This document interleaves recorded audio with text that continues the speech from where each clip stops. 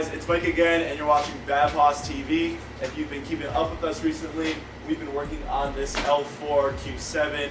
This one's got the 3-liter T motor, which is a supercharged 3-liter TFSI Audi engine, similar to the one that's in, I think, the V8, V8.5 S4. This is the Q7. It's the SUV. We've been dealing with a misfire condition on it. So far we have diagned that it's not a coil, an injector, or a spark plug. We have our compression on all cylinders recorded. We know that the driver's side head is fine. We know that there is a slight compression issue with cylinder 2 on the passenger side head. That's the cylinder that is starting to misfire. So we know that the misfire isn't fuel or ignition related. It's probably a compression related misfire. So that kind of goes against what I was thinking at first. If you were watching other videos, or the other 2 videos that we've recorded so far, the first one's going to be most likely, we haven't yet put them up, so I think we're going to do the first one on how to diagnose a misfire of a coil and a spark plug, along with how to do a compression test and how to do a running compression test. And then the second video is going to be the removal of the supercharger in order to get to the fuel injector, to actually swap test the fuel injector so that we were able to rule out the fuel injector as not an issue also. And this is going to be video 3. I thought prior that it was going to end up being a fuel injector. So again, this is how things work out in the shop, completely, unscripted. I'm learning as I go. I'm, pretty much just showing you guys my stream of consciousness on camera. So there's going to be a lot of times I contradict myself. You probably understand that by now because my ideas are being verbalized now instead of just in my head, and then I'm solving them on the car, and it's routing me in new directions. So that's kind of how I want it to be. So I'm happy it's going that route. But that being said, I'm starting to think that this is a valve train issue, and that's exactly what in the beginning of both these videos I said I didn't think it was. So that being said, I still don't think it's a burnt valve. I'm leaning more towards now either a shifted lobe on a camshaft, because these are compression fixed camshafts, or a spring for the lifter on one of the valves for cylinder 2. So instead of going entirely the route of the valve, what I'm going to do is actually remove the valve cover and visually inspect pretty much all the components in the valve train above cylinder 2 and see if we can find something obvious. Maybe, like I said, a broken spring or a shifted lobe on a camshaft. It should be pretty obvious if it's there. So that's going to be the purpose of this video today. Video 3 is going to be the removal of this air box, getting some accessibility over here to remove that valve cover, the inspection, and pretty much we're going to take it from there. I don't know how many videos this thing's going to end up being, because if we don't find something here today, the next route is going to be the removal of the cylinder head, machining it, either getting a replacement cylinder head, or there could be a ton of things. We're going to kind of figure it out as we go. But I'm pretty sure, regardless, this thing's going to get fixed, and we're going to have it leave the shop, hopefully, with a equal compression on cylinder 2. So yeah, that's pretty much all I have to say for now. I am here by myself today, so we don't have Justin filming, to get all the angles. So you guys are going to be set up on a tripod. I'm going to put you guys kind of over here so that you can see the best you can with just me. It's actually Sunday. I don't know why I'm here. This thing was keeping me up all night because I just couldn't, get my mind off it. So that's why I'm here right now. I need to figure it out, or I'm not going to be able to sleep. So yeah, let's get into it right now. All right, so I have you guys set up now on the driver's side, looking at the airbox over there. If you guys have been keeping up with what we've been doing, you know that I left these off. So before I begin, let's see if I have any gloves left. I actually don't think I do. Screw it. What I'm going to do is immediately go and remove this. If you guys need to remove this for any reason. It's going to be a 7mm or a flat head to remove these 2 hose clamps on the throttle body and on the airbox. Set that aside. And then on the back here, there is a little hose that needs to be removed. I'm actually going to take all this off to the side. So I haven't yet removed this at all. So this is actually our air filter box. You can pull up on this. It's got like a place to store this hose. I'm going to put that aside. And then there is what looks to be a secondary air pump hose down. Let's see if I can get you guys to be able to see this. Alright, so that guy needs to be removed off the bottom of the airbox. You kind of have to pinch the sides and pull it off. So that's what we're going to worry about first. And then just above that, you got these 2 clips up top that are going to need to be popped off. That one and that one. So we're going to start with that secondary air hose, and then we're going to pop those 2 off, and we'll take it from there. Alright. So, these can be a pain. Well, that one wasn't. Okay. Cool. Excellent. So I'm going to pop this up, and then, ooh, nothing's living in there. Okay. This is going to be a messy situation. There's a little tab here that might get one of those like O2 sensor plugs stuck on it.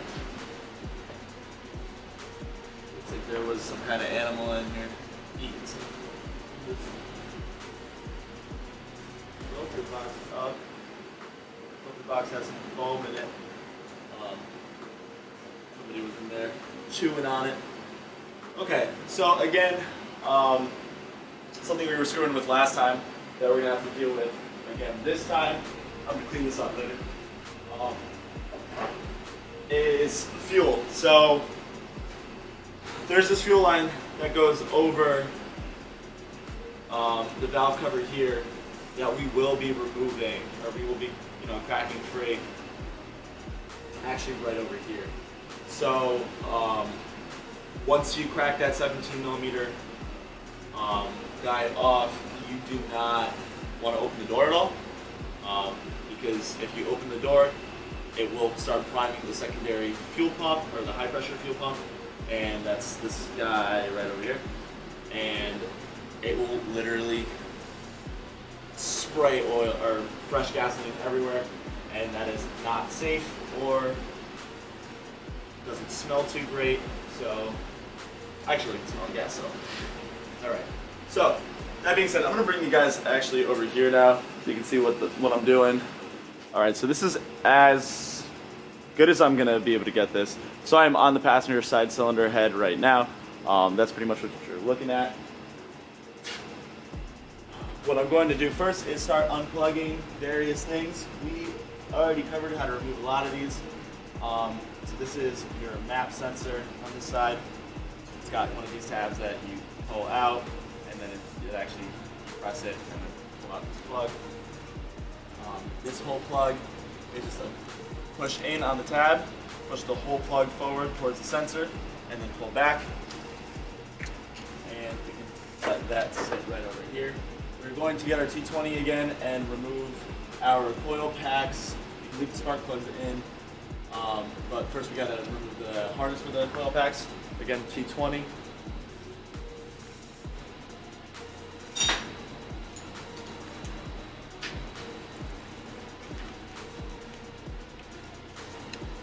And it's a T25 on here. The screw is a T20, I just had a T25.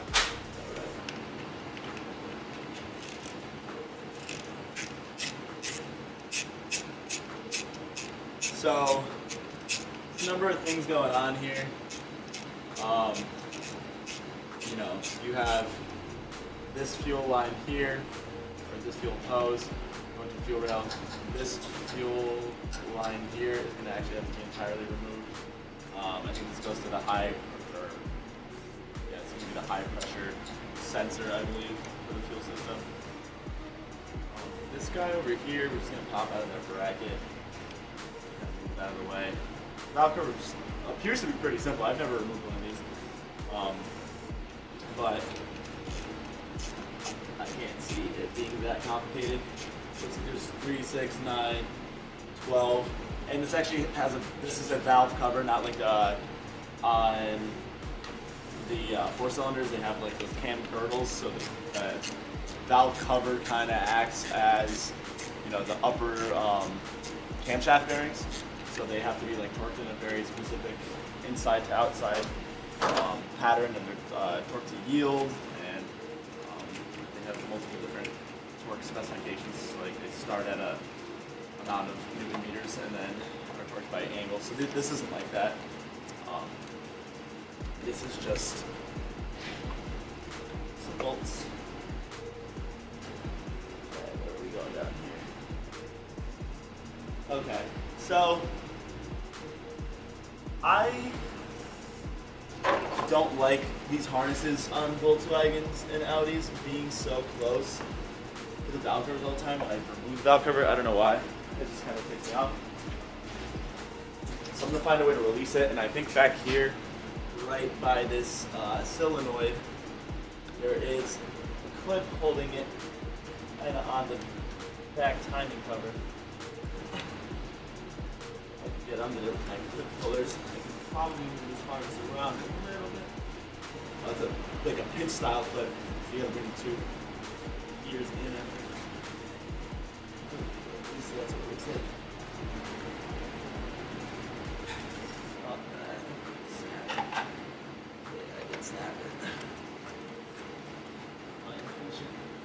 Alright. Now this guy needs to come out.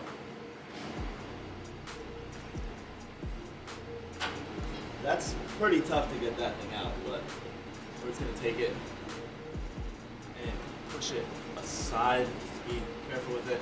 I'm just stuffing it back there. And then I want to get this little harness up and relatively out of the way. I might just have to deal with it up with maybe. Okay, that should be enough for me to be comfortable. Okay, so behind this plate, there's a 17mm fuel line here. Grab a rag, hold it from the back. So we're gonna go like this. Make sure we catch as much fuel as we can in the rag.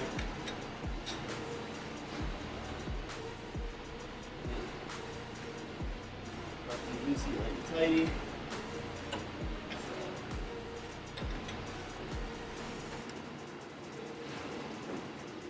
Towards the passenger side of the car, thinking how to release this. Kind of a tough spot with the big wrench, so if you have a little stubby guys, it would be a better bet. Okay, so remember, now that we have this opened up, don't open any doors.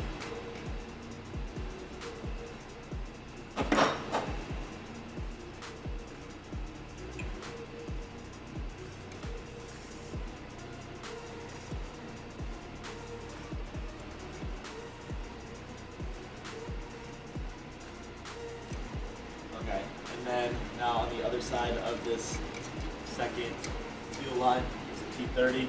We've already removed it prior. I'm going to pop this guy back up just to make it easier. Just pull up on it. And we'll just put that there. Just give me that long T30.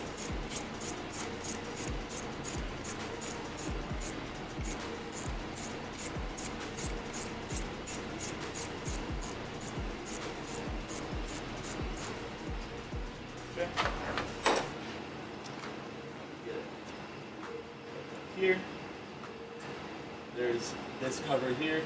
It's just snapped into place in 3 spots.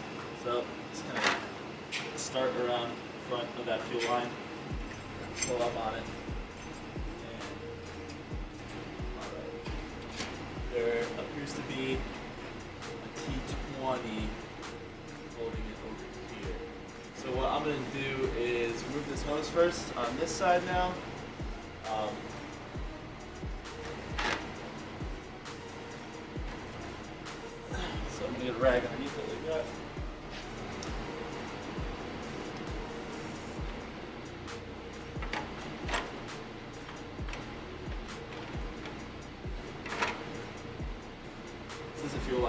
definitely don't want to screw around with this guy. Only take it off the right way. Let's see if I can break the seal.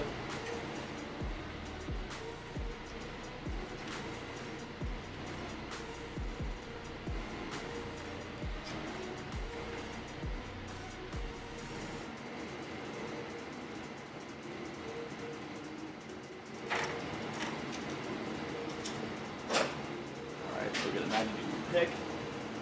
Try to get underneath.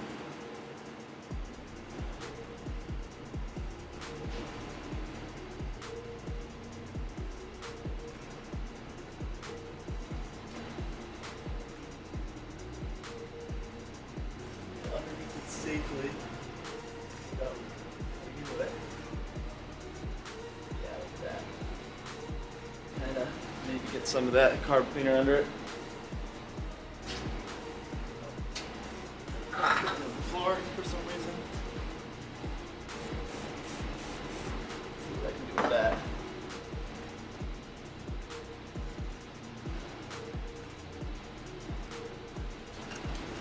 There we go. And there is going to be a little bit of fuel coming out. So what I'm going to do is now put it underneath this hose straight up. And probably put a rag over it. Actually, I'm going to put a different rag just because this one's already covered in fuel. Be careful what you do with those fuel covered flat rags. It's like flag. There's like a certain way you're supposed to dispose of them, I suppose. I guess it can spontaneously combust. I've never seen it happen. I've never even heard of it happening. I think I just, one of my textbooks in school, like a OSHA training or something, was pretty adamant about being weird. That's not what you do with those. Really didn't stick with me. Okay, so this was a T25. Now you can remove this entire high pressure fuel rail assembly with the sensor and just set it aside. Make sure not to get anything inside it. You might want to dump out the remaining fuel that's in there as well into like some sort of catch basin or wherever you dump the fuel, oil, brake fluid, all that stuff. Okay. Last one is this thing. And I honestly, this looks like some Volkswagen Audi setup that I'm not too familiar with. So, let's see if I can figure out how to remove this before I go hacking at it. Okay, before I do that, I'm going to remove my 3 coils.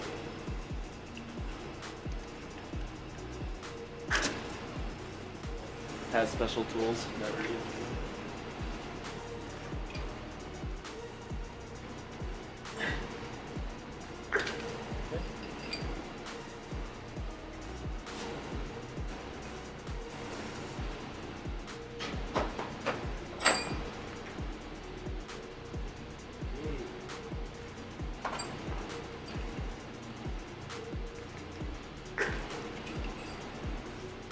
All right, so pretty much good. Start going after the valve cover, aside from this here. So I'm gonna look this up first. I'll be right back. Okay, so I just looked it up, and I spent some time even trying to get this guy off. I think the general consensus is that it's not worth trying to take off, just because of the amount of damage that it can do.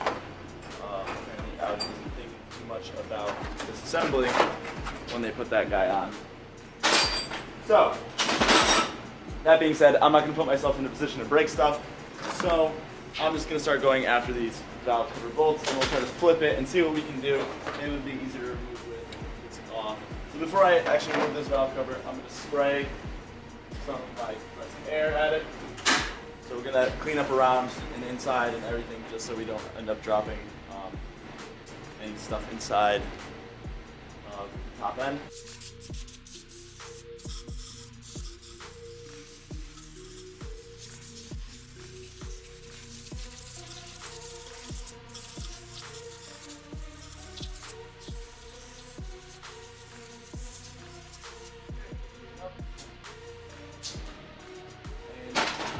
think these are going to end up in T30s. Oh, and they're not that tight. Cool. And knowing Audi, that they should stay with the valve cover.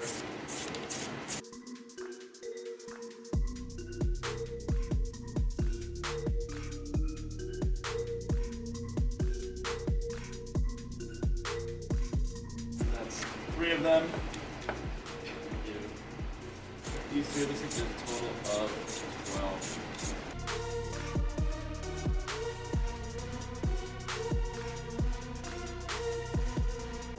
A lot of stuff still on the way here. Just maneuver around it.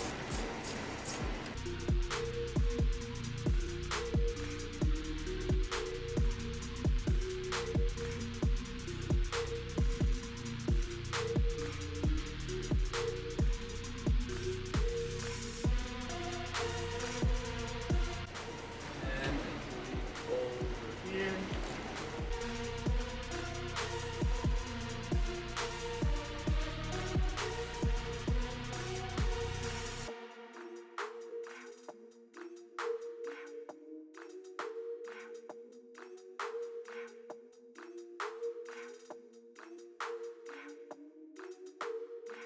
Alright.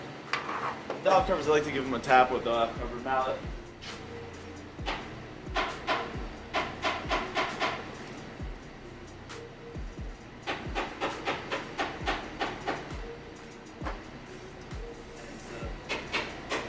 Prying on them. That's a better way to go about it. But doesn't seem to be reacting to my mallet trick too well, so maybe we'll pry a little bit. I'll find a nice spot to pry.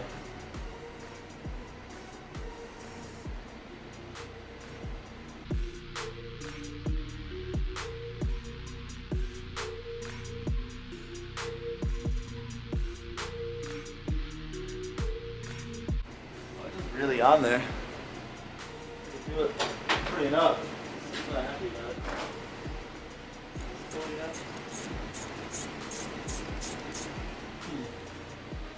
I'm gonna go over everything just double check I got them all fully out. Sometimes it's like a catch back on too.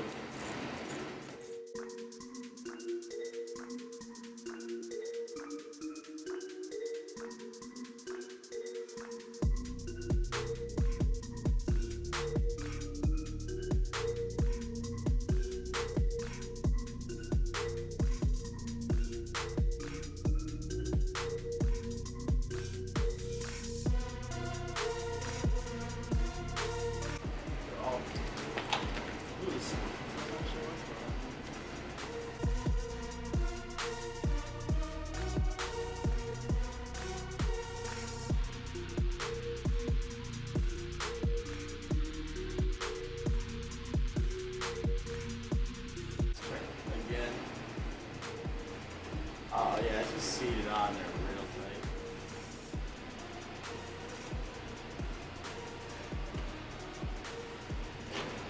Okay. There we go.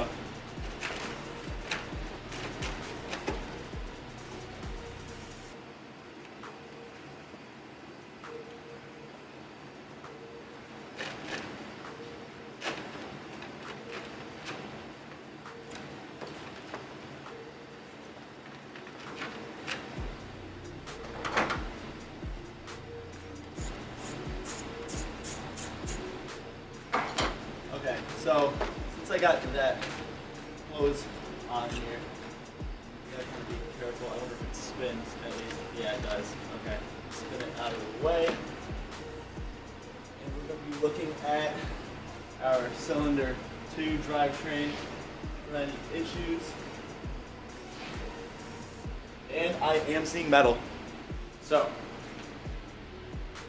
let me do an inspection quick. There is one metal shaving right here. Almost looks like a thread. Get that out in a second. That's pretty much it. And this one looks like it's pretty scored. Slow.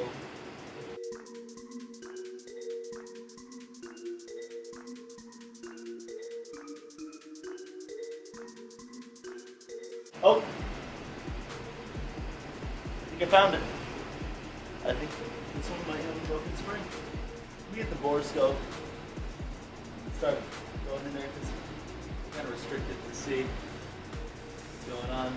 But everything on the lifter side of things is pretty okay.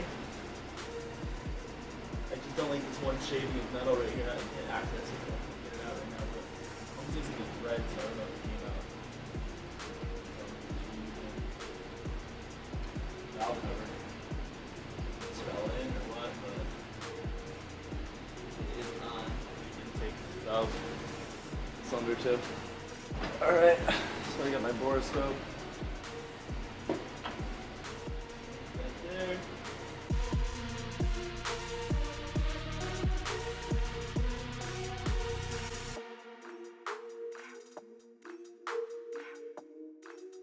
I just don't like that metal shaving there, but everything feels nice and tight actually. Now that I'm looking around, feeling around. I don't know what I felt that first time.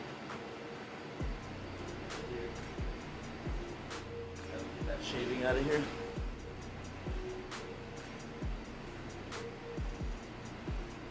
Okay, so there's, I don't know if I can get the focus on here. There's a little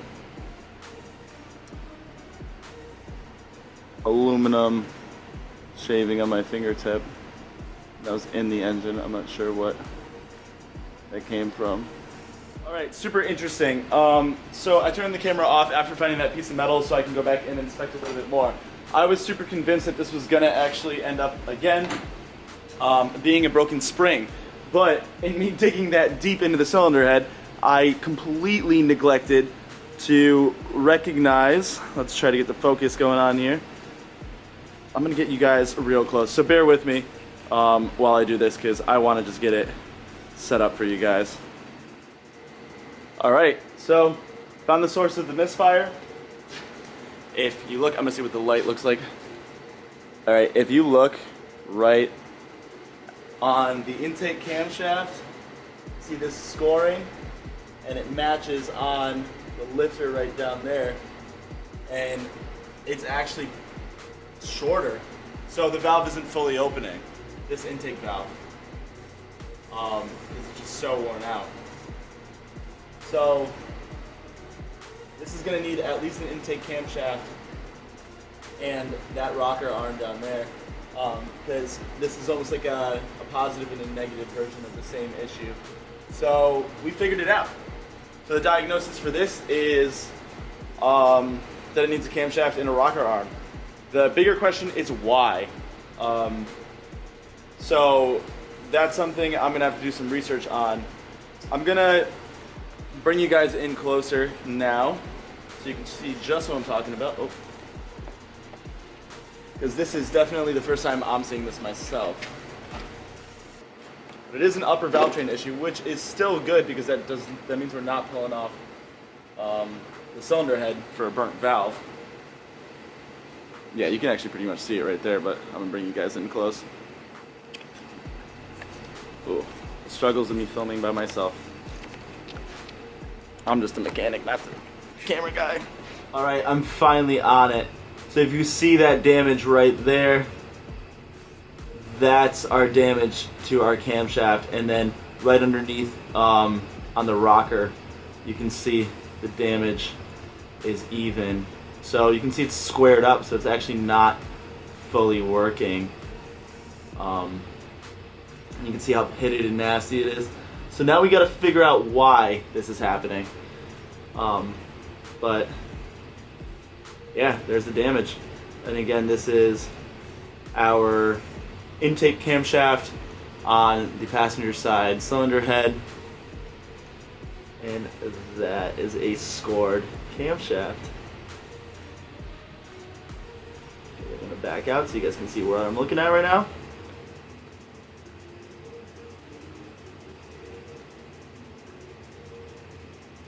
Going back in. Cool. All right, guys. So definitely a lot learned now. So what we got going on here is pretty much it's a knurled camshaft. So at some point either the supercharger was running for too long, or there was some kind of poor oil service, or maybe not enough oil. Something happened to this car where that camshaft overheated. There was a overheating situation specifically on that valve. That is the forward intake valve on cylinder 2. And basically what's happening is the rocker has like it's like a bearing, but it's just one roller on it. And the camshaft hits that roller, and when that roller swipes on it, there's two metal surfaces that have a layer of oil, creating a hydraulic bearing in between. So either that roller stopped moving at some point, and then the camshaft was just hitting it and striking it, flattening out the camshaft, or it got so hot that they expanded to the point that either one of them or both of them, that the tolerances were too close. And if you look at what I just showed you guys, you'll see that it's almost like melted, pitted metal. And visually, me looking down at it, I can see the couple of millimeters of lash missing off of that camshaft.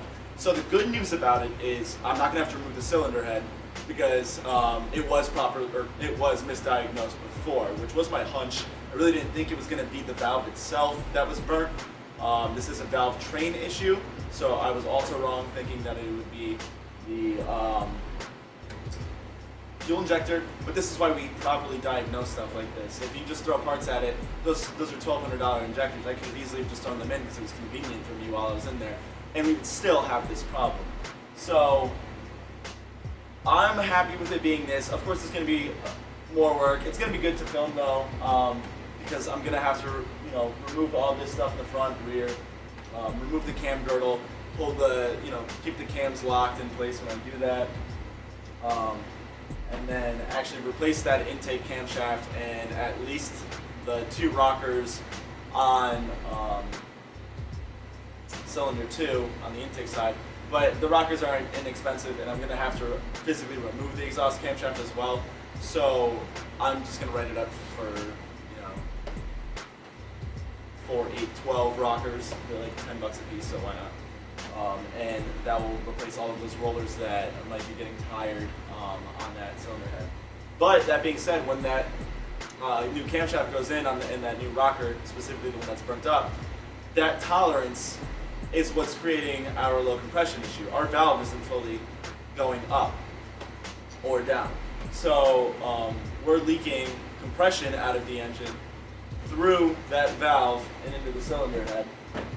And that's why we have the misfire. The car's picking up a misfire, not because of spark, not because of fuel, not because of air, not because of ignition, but actually because of compression. That compression is one of the few things that I think people forget about that you definitely need in an engine to actually create an environment for internal combustion to happen.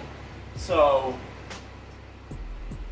that being said, we're gonna link back into this. Hopefully, this car just doesn't get tossed or sold at auction or something. I'm interested in fixing it, because replacing that camshaft is going to replace that small little bit of tolerance, that few millimeters that I was just talking about of that melted metal, and that little few millimeters is that missing lash to fully open and close the valve. So it would be cool to throw the camshaft in along with the new rocker arms, and maybe even just that entire, on that one, maybe the whole lifter assembly, just to be a little proactive. Yeah, and then actually go back after and then recompression test it and see how compression is after that. That would be valuable information to make this video full circle, so I hope the owner wants to go through with that, because I'm more than excited to do it. But yeah, so again, this is the third video. I think we showed a decent amount of stuff. I'm pretty confident in that being the issue, clearly. So I hope that was informative. I hope this is going well. If you're running into a misfire condition and are just as far along as we are, like I said, this could have just started out with us thinking that it was a spark plug. So if you're on the side of you've already done a spark plug, you've already done a coil, you might be thinking about doing injectors or might have already done injectors and you're still having an issue, that's the next place you want to look.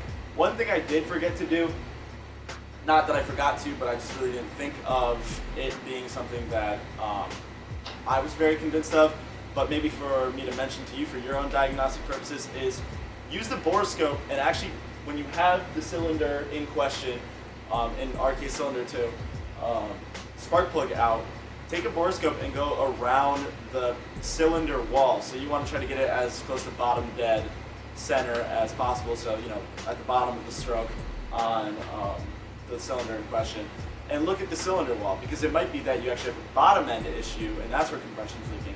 This can also all be found out through a compression test, through a cylinder leakage test, but everything can be done visually as well before you get that far.